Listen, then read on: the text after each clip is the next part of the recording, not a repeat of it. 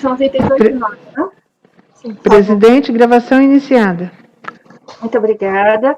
Vamos, depois de um breve intervalo, retomar a sessão da tarde do dia 28 de janeiro de 2021.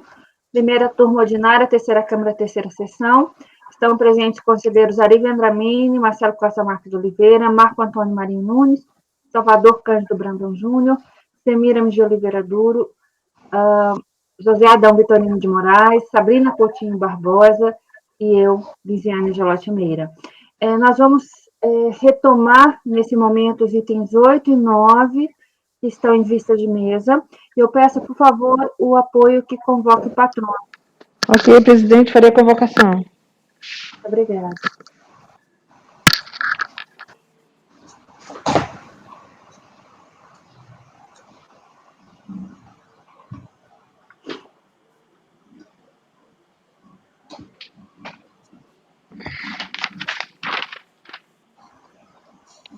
Itens 8 e 9 da pauta. 8 e 9? Eu só gostaria de estar ligado agora, por gentileza, verifique mensagem privada no chat. Por favor.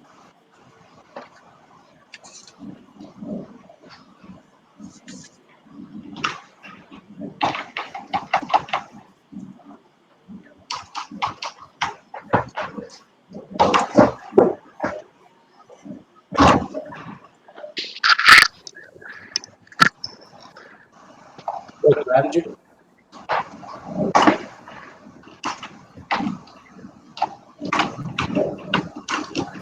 Boa tarde, doutor. Tudo bom? Boa tarde. Boa tarde, doutor. Tudo bem? Tudo ótimo. Boa tarde, doutor. Tudo bem? Tudo bom, doutor Marcelo? Presidente, se a senhora e os demais conselheiros me permitirem fazer um esclarecimento de fato, antes do voto vista da doutora Sabrina, eu gostaria de pedir a palavra. Sim, por favor. Rapidamente. Bom, eu acredito que vocês se recordem, esses dois processos, eles tratam de pedido de ressarcimento de PIS e COFINS do terceiro trimestre de 2009. O voto do relator, do Dr. Marcelo, ele se manifestou no sentido de não conhecer de dois pontos do recurso voluntário que tratariam de itens de competências anteriores, não abrangidas pelo terceiro trimestre de 2009, e que, por isso, deveriam ser discutidas nos processos oriundos dos PERDICOMPs desses trimestres. O que eu gostaria de esclarecer, que eu confirmei com a empresa, inclusive no ECAC, que a empresa não teve pedido de ressarcimento de saldo credor de PIS e COFINS dessas competências anteriores, especificamente ali que abrangesse agosto de 2008 e abril de 2009. Os primeiros pedidos de ressarcimento foram esses, objeto desses dois processos. Então, como eu comentei na terça-feira, ela não tem outros processos onde se defender dessas questões. E eu verifiquei, esse é um outro esclarecimento de fato, que isso consta no próprio relatório fiscal do processo final 2011-71, por exemplo, folha 77, no último parágrafo. Eu até vou tomar liberdade de Vênia para ler uma frase, que é o seguinte, abro aspas, este relatório, além de apurar os valores componentes do pedido de ressarcimento do terceiro trimestre de 2009, tem como objetivo agregar os valores dos ajustes apresentados no segundo semestre de 2008 e primeiro semestre de 2009, os quais se fundirão na formação dos saldos no final deste trimestre. Então, esse é o esclarecimento e, se vossas excelências me permitem, até eu gostaria de apresentar uma sugestão, no sentido de converter em diligência o julgamento desses dois pontos do recurso para a unidade de origem, confirmar se, de fato, existem ou não outros PERDICOMPs ou processos oriundos de outros PERDICOMPs relativos a esses períodos anteriores, que abrangem agosto de 2008 e abril de 2009, nos quais, eventualmente, a empresa poderia apresentar a defesa desses itens. Nos parece que a unidade vai confirmar que não existem, que estão todos concentrados nesses autos. Então, é só isso que eu gostaria de esclarecer e ficar à disposição. Muito obrigada, doutor. Doutor, quando houve o pedido de vista, eu terminada a sessão, eu revisitei os autos e eu, em princípio, eu concordo, eu vi essa observação nos relatórios fiscais, tá? E vejo a necessidade, já até falei com a turma, eu vejo a necessidade de eu rever essa questão, tá certo? Ótimo, perfeito. Essa Mas questão... como é uma questão que envolve, né, vários aspectos, a turma também gostaria de revisitar e eu sugiro que seja feita, então, uma vista coletiva. Isso. O processo vai sair em vista porque aí a doutora Sabrina, o doutor Salvador querem verificar essa questão, tá certo? Ótimo. E aí, com isso, eu também vou revisitar o assunto. E ele volta, né, presidente, no mês que vem, né? Mês que vem deve voltar. Sai publicação na pauta, certo? Sai. Uhum. Então, eu acompanho e daí retornamos. Obrigado pela atenção de todos. Um bom trabalho, uma boa tarde. Obrigada. O senhor também, até logo. Obrigado. Nada.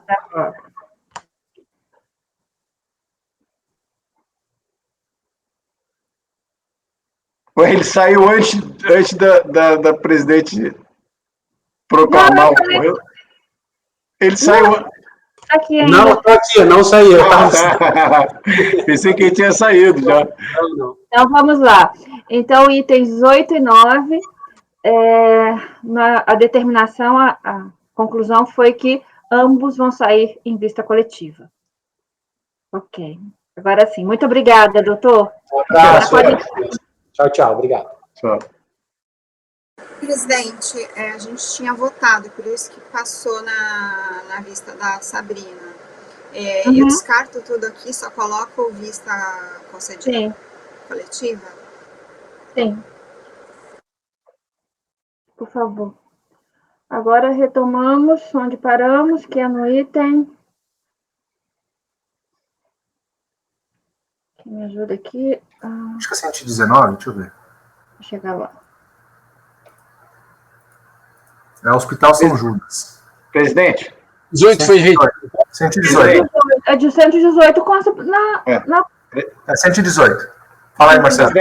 Presidente, olha só. Eu acabei de ver uma mensagem aqui no meu zap. Parece que a minha sogra comprou uma geladeira. E essa geladeira...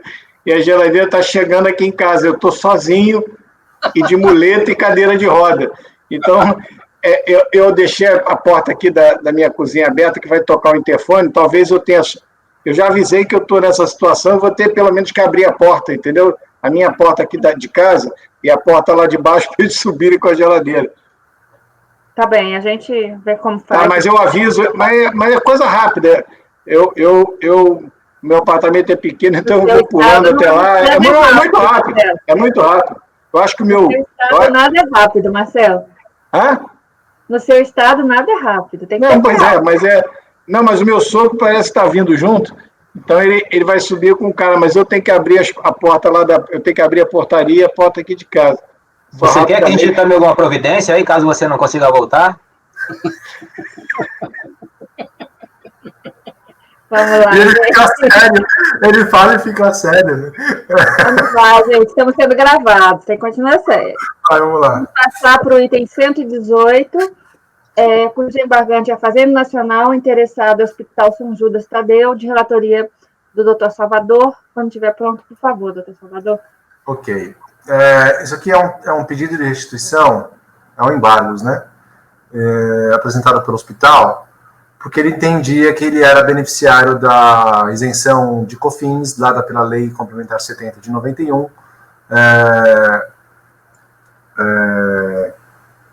que concedia isenção conforme o artigo 6º, né? Bom, na origem, lá na DRF, e tanto na DRJ, na origem, lá na DRF, esse pedido, né, de ressarcimento, ele foi indeferido, e a compensação não homologada, acho que tem uma compensação vinculada, por conta da prescrição, né, do prazo de 5 anos, porque o período é de julho de 94 até março de 97, e o pedido foi protocolizado em julho de 2004, né, quase 10 anos depois do primeiro período de pagamento. Então teve esse argumento da prescrição e teve um outro argumento também do mérito, de que ele não era beneficiário da isenção da Lei Complementar 70 de 91, porque ele estava no lucro real, né? Então, isso teve manifestação de conformidade, a DRJ julgou só a prescrição, não julgou o mérito dos créditos, e quando veio para o CARF, também só julgaram a prescrição, sem análise do mérito dos créditos, tá? Então, aqui eu vou ler o trecho da admissibilidade, ó. Na verdade, os embargos acho que é da Procuradoria foram considerados intempestivos, tá?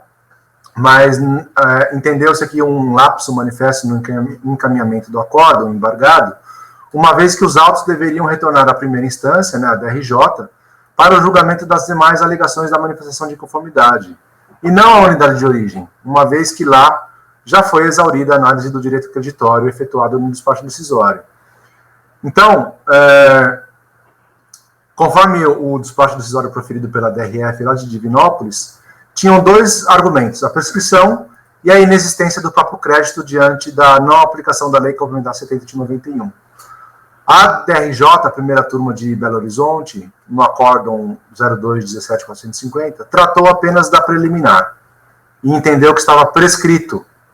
O CARF, no acórdão 3301-006-723, proferido por essa turma, também tratou apenas da preliminar e devolveu os autos para a DRF para calcular o crédito, mas na verdade tinha que mandar para a DRJ para decidir o mérito, né? Então eu estou colocando aqui, ó, coloquei até o trecho do voto, né, parte final. Eu estou aqui na página 4 já. Saliente-se que o mérito, isto é, a aplicação ou a não da isenção no caso concreto, também não foi analisado pela DRJ, ao julgar a manifestação de conformidade da recorrente, impedindo o CARF de realizar esta análise sob pena de supressão de instância. Assim como o acórdão do CARF, proferido por essa primeira turma, resolveu a questão da prescrição do direito de repetir o indébito, reconhecendo o prazo de 10 anos, cabe agora à DRJ realizar o julgamento acerca da aplicação ou não da isenção prevista no artigo 6º, inciso 2º da Lei Complementar 70 de 91, vigente na época dos fatos. Isso posto, voto por acolher os embargos de declaração, oposto por lapso manifesto, com efeitos infringentes, devendo os autos retornarem à DRJ para análise do mérito. Por que com efeitos infringentes? Eu coloquei aqui no final da página 3, o dispositivo do voto do acórdão aqui do CARF ordenava a devolução para a unidade de origem, para calcular o crédito. Eu estou cancelando essa parte final do dispositivo para determinar a devolução dos autos para a DRJ, porque o mérito da isenção tem que ser apurado, tem que ser julgado pela DRJ, que não foi julgado ainda. É o meu voto, presidente. Muito obrigada. Podemos votar, doutora Ari?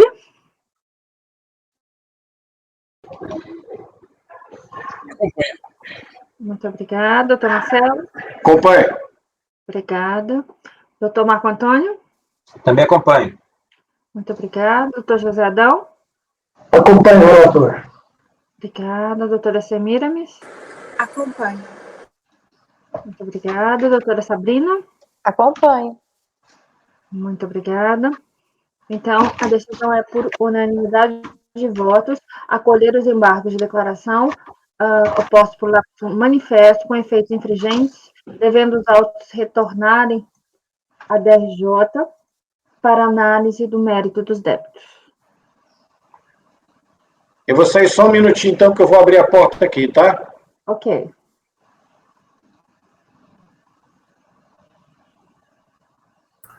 O Nova Terra saiu de pauta, né? O 119. Sim, agora a gente vai passar ao 120. Compo do Brasil.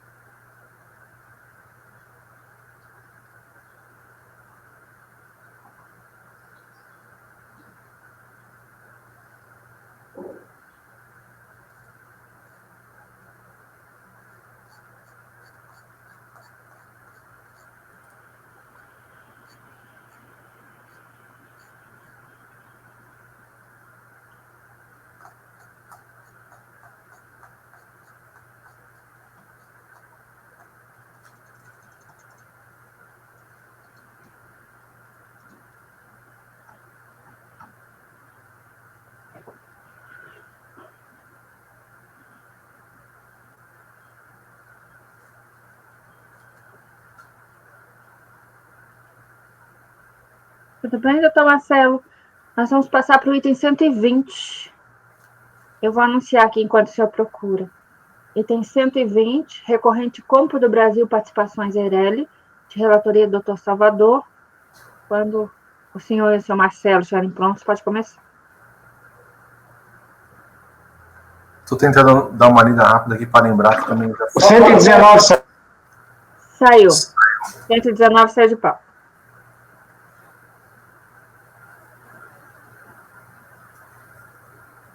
Conseguiu abrir, Marcelo?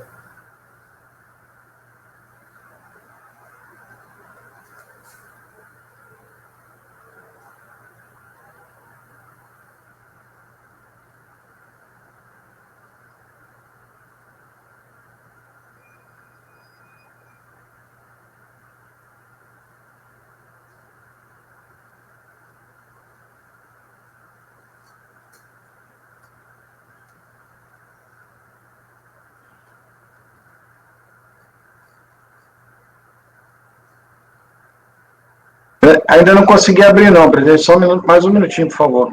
Guardamos, sem problema.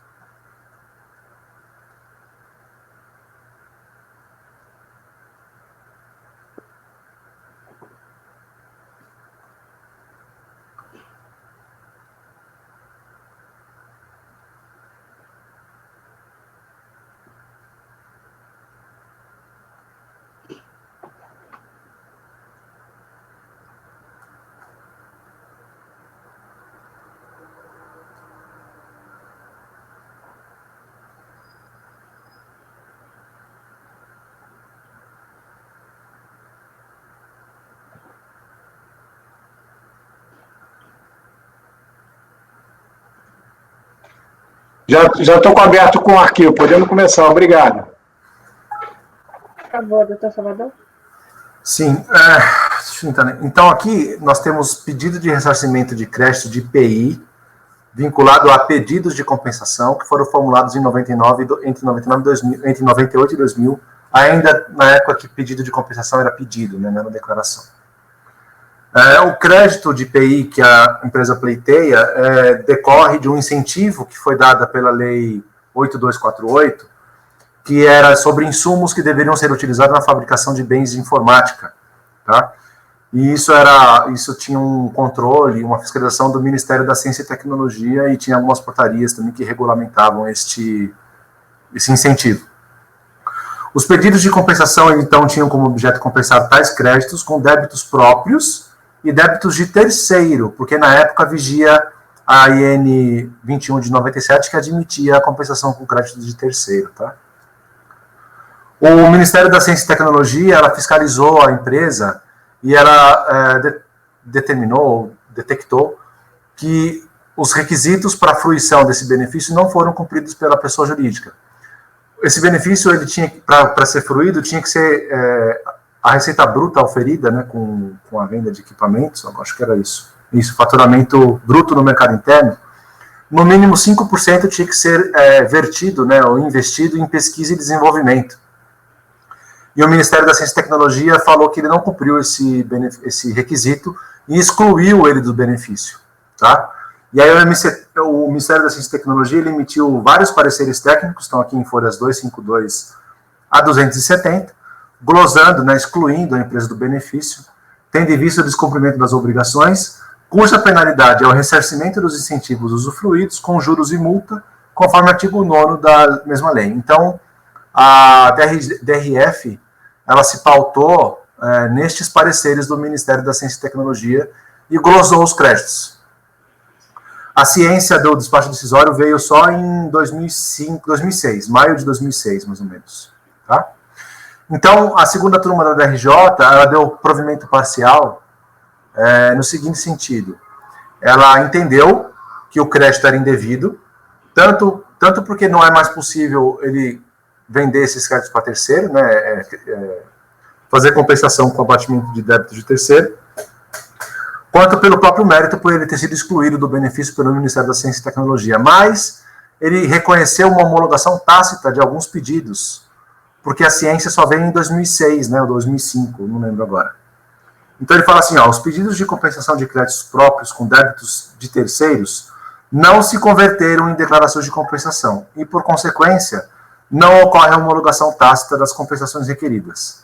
Já em relação aos débitos próprios, o prazo para a homologação da compensação declarada pelo sujeito passivo é de 5 anos. Então ele entendeu que, com a conversão desses pedidos em declaração de compensação pela Lei 10.637, deveria ser observado o prazo da homologação tácita do parágrafo 6º, acho, o parágrafo 5º da lei, do artigo 74 da Lei 9.430. Em síntese, a controvérsia é essa, né? Aí ela apresentou o recurso voluntário, que teve um acordo do CARF julgando esse recurso, tá? Não houve uma análise do mérito das glosas sobre o cumprimento das condições legais para a fruição do benefício. O julgamento analisou apenas a homologação tácita, essa questão da homologação tácita para a questão de débito de terceiro, né? Deixando de analisar o mérito da situação. A PGFN, então, apresentou um recurso especial para a Câmara Superior para argumentar a inexistência de homologação tácita. O CARF reconheceu a homologação tácita para débitos de terceiros também, tá? Então ele deu provimento para o recurso voluntário. A PGFN apresentou recurso especial para a Câmara Superior para argumentar a inexistência de homologação tácita de débitos de terceiro, tendo em vista que os pedidos de compensação com débito de terceiro foi conferido por uma IN ilegal, né, 21 de 97, contrariando o artigo 170 do CTN, e por também não ter sido convertido em declaração de compensação nos termos do artigo 74 da Lei 9.430. Portanto, apenas para os débitos próprios que se aplica o prazo de 5 anos para homologação tácita. A Câmara Superior, então, proferiu o acórdão número 9303, final 822, acho que foi agora, em 2020 ou 2019, para afastar o entendimento de que os pedidos de compensação de débito de terceiro também foram convertidos em declaração de compensação, afastando, portanto, a homologação tácita das compensações de terceiros, tá? Creio que isso já transitou em julgado, a gente não pode nem analisar mais, né? Então, isso foi devolvido para o CARF, por conta desse acórdão. Como o CARF não analisou o mérito em si, que era a questão dos créditos, tá? O CARF entendeu que estava tudo homologado, né? A DRJ entendeu que estava homologado os débitos próprios, e aí subiu para o recurso voluntário a discussão do mérito dos créditos de débitos para compensar com o débito de terceiro, e se isso também seria sujeito a homologação tácita. O CARF não analisou o mérito dos créditos, parando a discussão na homologação tácita também dos débitos de terceiros. Então, não teve um julgamento do mérito. Quando a Câmara Superior decidiu que não tem homologação tácita para débitos de terceiro, isso foi devolvido para o CARF para julgar o mérito do incentivo da lei de informática. Esse é o relatório. Alguma dúvida? Então, para a fruição do benefício da Lei 8248 de 91, é preciso investir um percentual mínimo, calculado sobre o faturamento, né, que é 5%, em pesquisa e desenvolvimento. Está aqui o artigo 11 que determina este benefício. No mínimo 2% desses 5%, né, 2 pontos percentuais desses 5%, deverão ser aplicados em convênio com centros de institutos de pesquisa ou entidades brasileiras de ensino, oficiais ou reconhecidas. Bom, o descumprimento dessas obrigações tem por consequência o cancelamento dos benefícios fiscais, bem como a necessidade de devolução ao erário, tudo o que foi aproveitado pela empresa. Está aqui o artigo 9º que diz isso, tá? Da lei. Consta dos autos diversas manifestações do Ministério da Ciência e Tecnologia, concluindo que a recorrente não cumpriu os requisitos legais, cancelando o benefício da contribuinte e determinando que tudo que foi fruído deveria ser cobrado. Para o período dos créditos em análise nesses autos, que é 98, importa analisar o parecer técnico 196 de 2002, que exatamente diz o que aconteceu. O que acontece? A empresa, para cumprir esse 5%, ela, ao invés dela mesma investir em pesquisa e desenvolvimento, ela destinou esse 5% do seu faturamento para uma fundação terceirizada que chama Polo Vale. E esta fundação que iria, então, aplicar os recursos em pesquisa e desenvolvimento.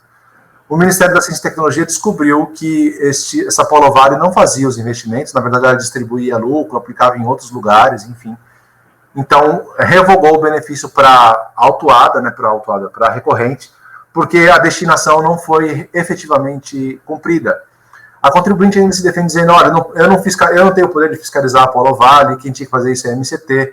Eu dei 5% do meu faturamento para ela, se ela desviou, esse é o problema dela, não tenho nada a ver com isso, enfim, teve todo esse tipo de argumentação, tá? Então, eu grifei aqui alguns trechos do Ministério da Ciência e Tecnologia, né? Não foram encontradas evidências da existência de infraestrutura laboratorial pertencente à Polo Vale, capaz de suportar a execução dos projetos objeto dos convênios firmados pela empresa beneficiária dos incentivos da Lei 8248, indicado nos relatórios, tá?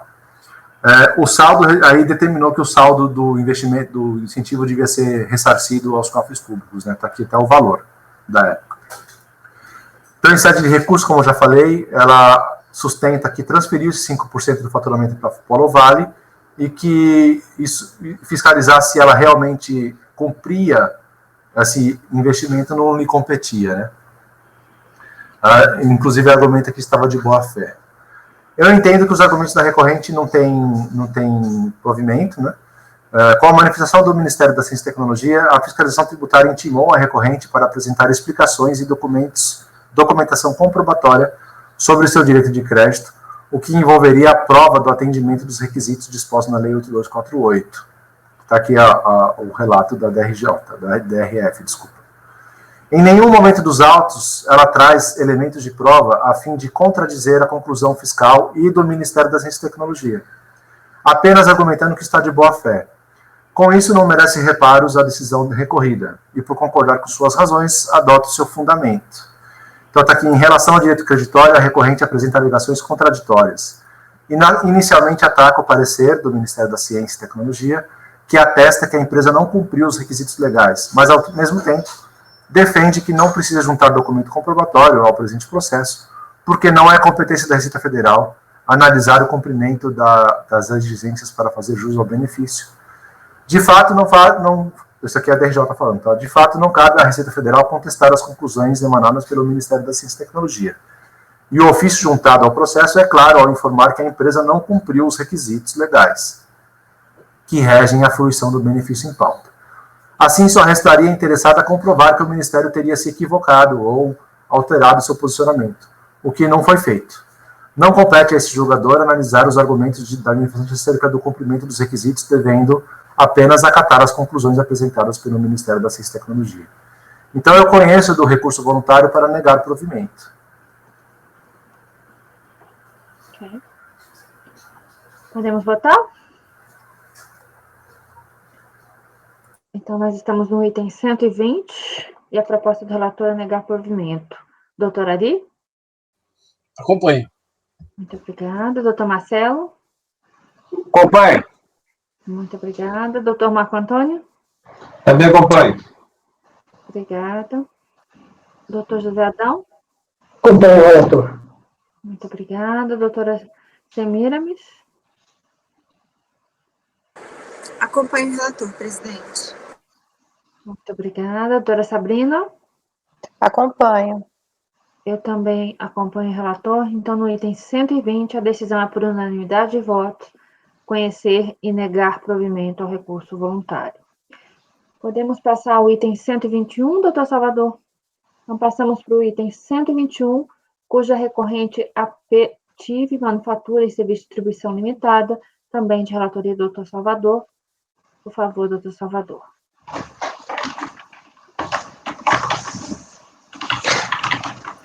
Esse aqui é um caso de discussão sobre como utilizar o crédito.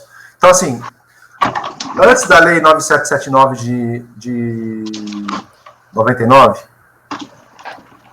os créditos de IPI acumulado em razão de saída isenta ou com alíquota zero, ele poderia ser mantido na escrita, mas ele só podia ser utilizado para bater com os débitos do próprio imposto, do próprio IPI.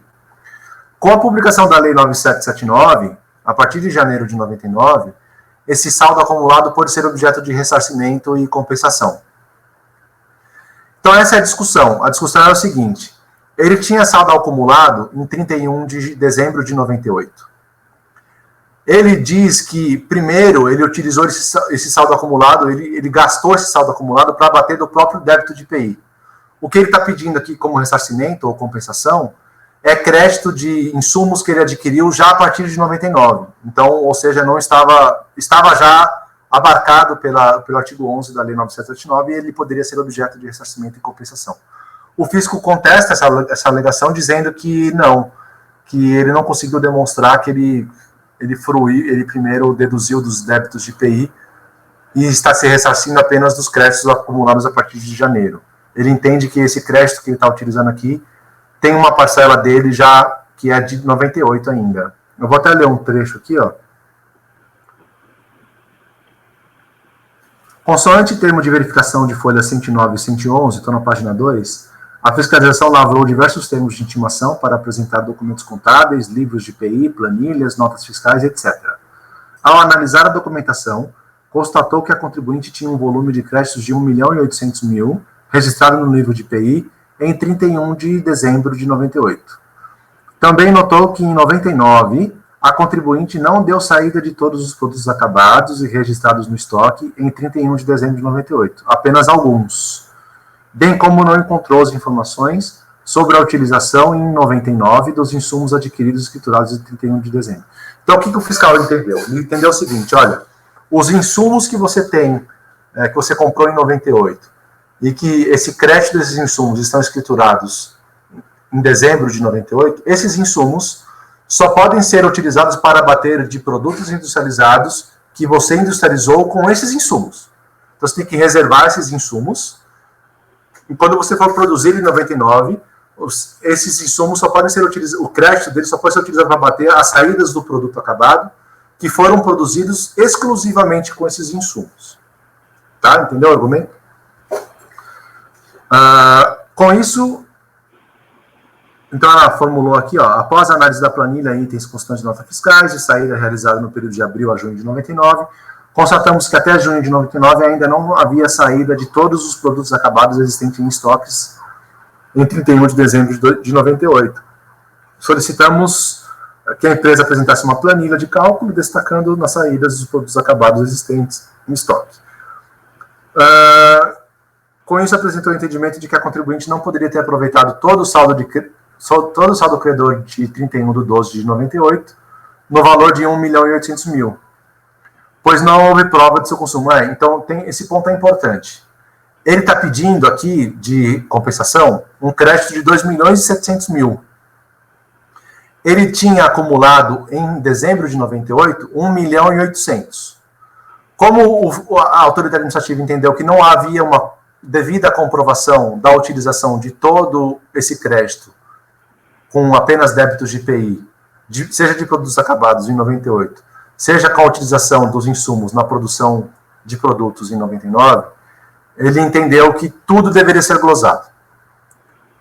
Ele glosou todo o pedido de R$ 2.700.000, tá?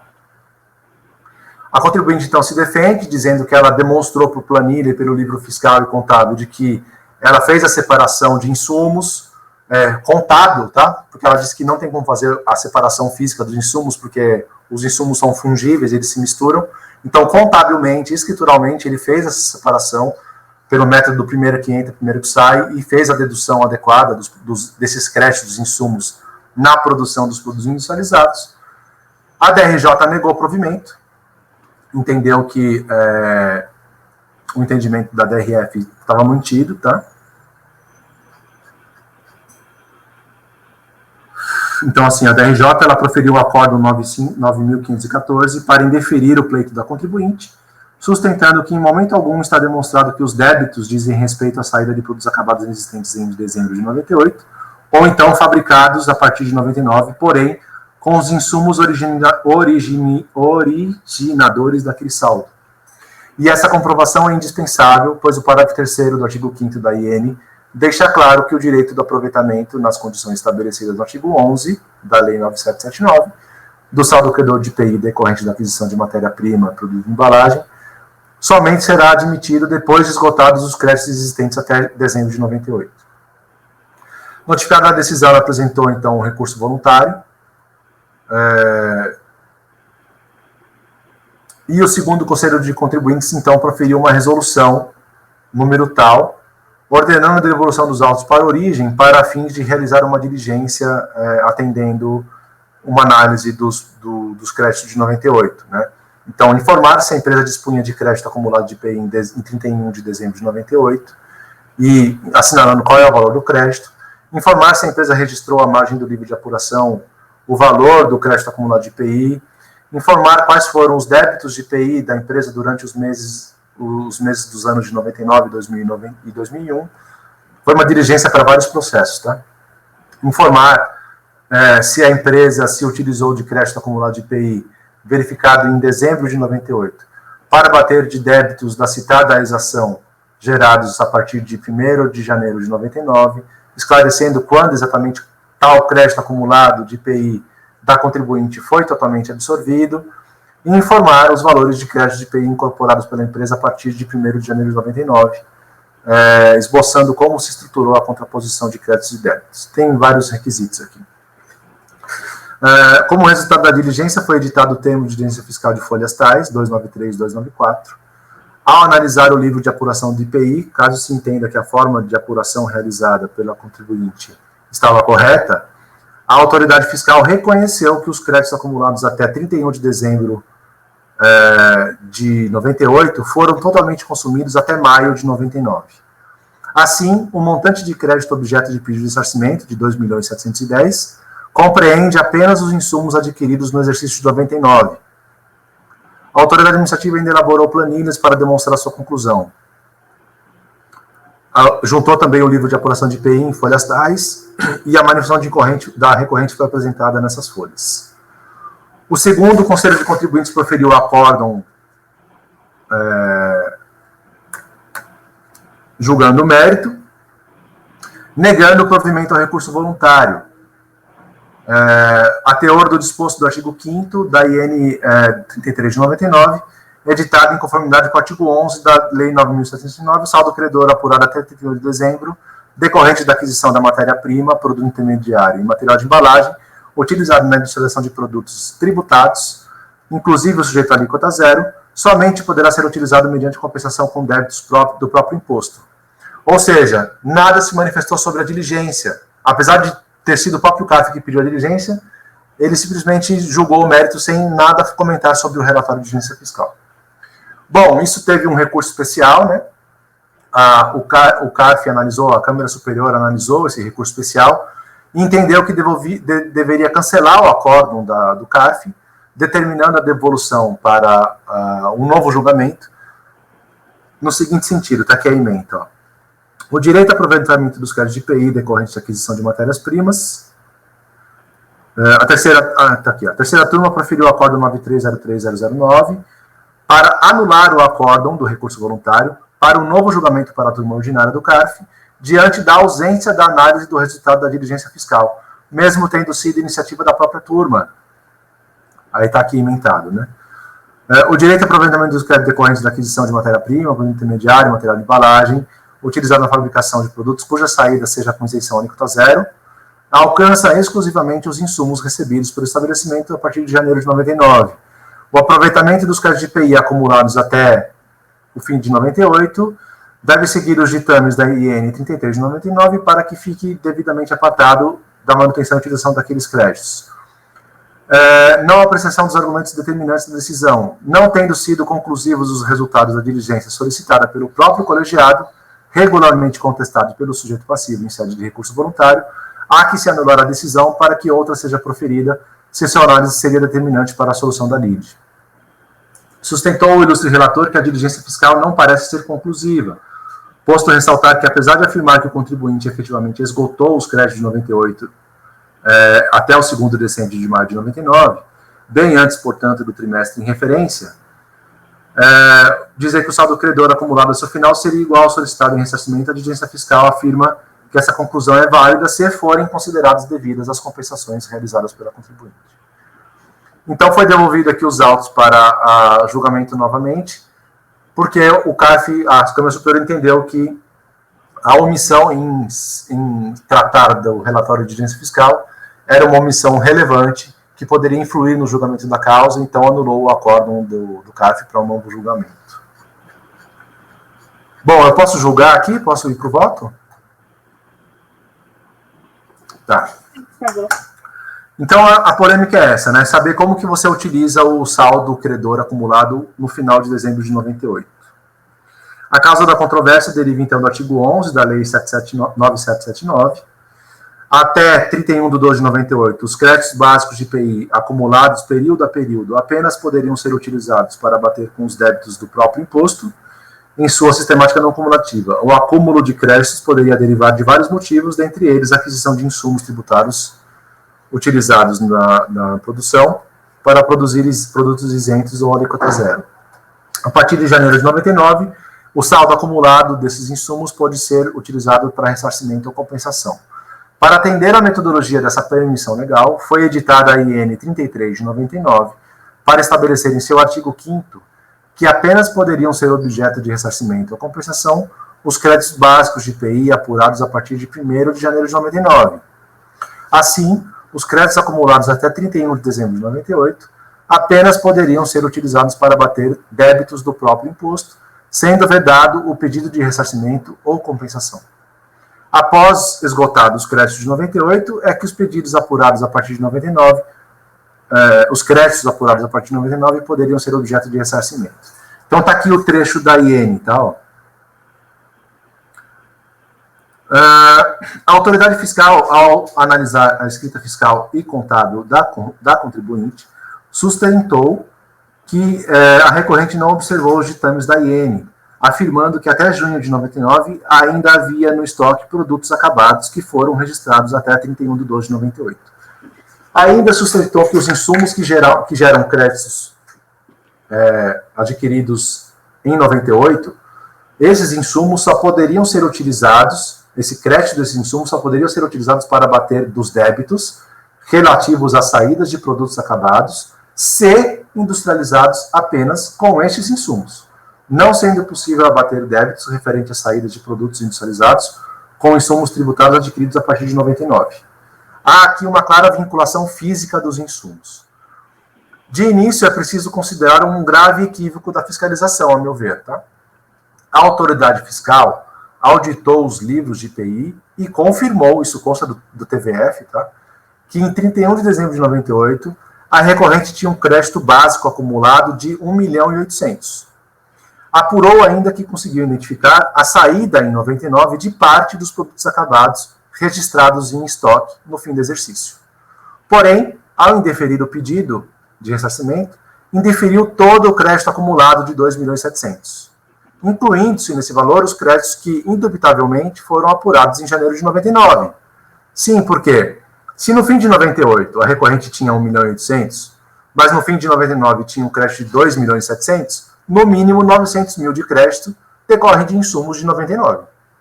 É uma questão lógica, tá? A meu ver, isso.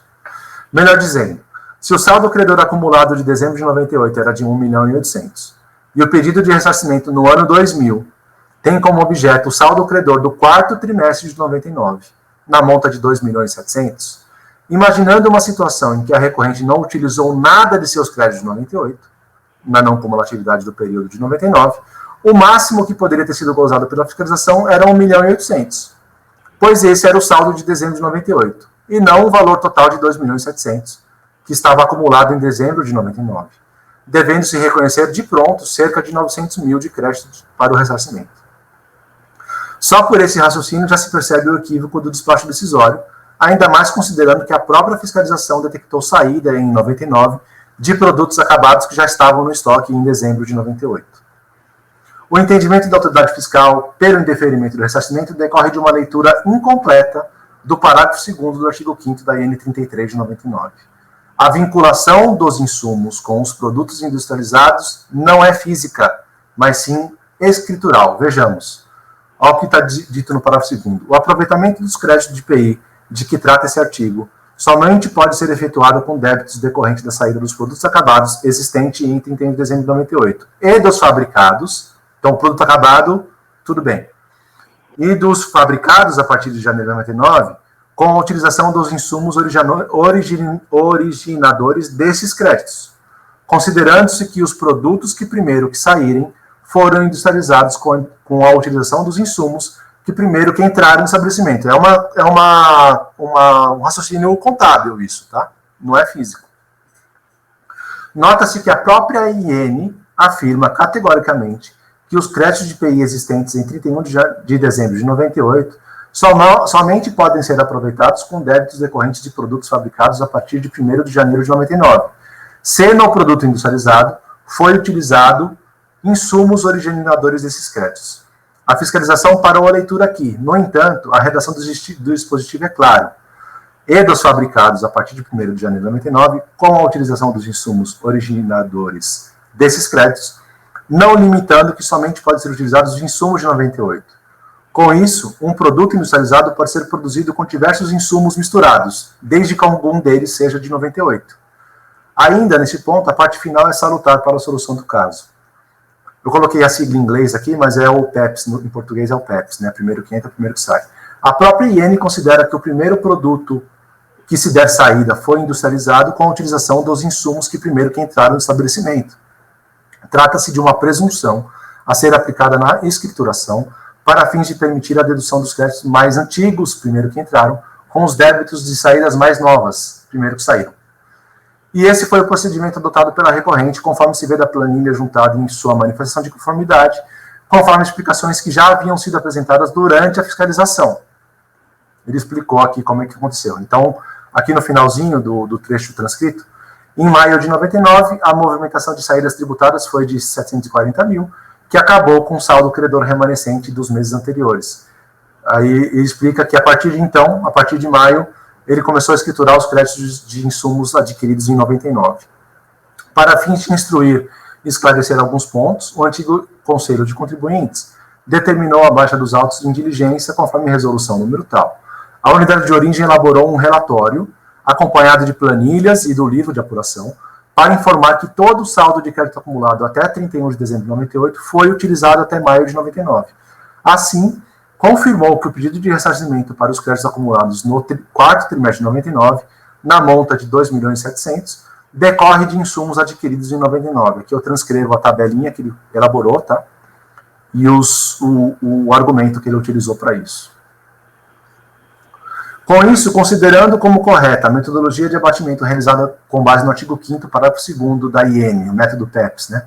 Considerando ainda que a autoridade analisou os livros de apuração e reconheceu que o saldo de créditos acumulados até 31 de dezembro de 98 foi integralmente utilizado até o segundo decêndio de maio de 99, reconhecendo ainda que os valores de crédito de IPI apropriados pela empresa no período de janeiro a dezembro de 99 corresponde a 2.700.000, exatamente o valor solicitado na presente, pedido de ressarcimento, é de rigor dar provimento ao recurso voluntário.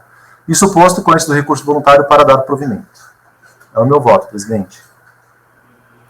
Muito obrigada. Podemos passar a votação? Então, nós vamos votar o item 121. Doutora Ali, por favor. Acompanho o relator. Muito obrigada. Doutor Marcelo? Muito obrigada. Doutor Marco Antônio? Com o relator. Muito obrigada. Doutor José Adão?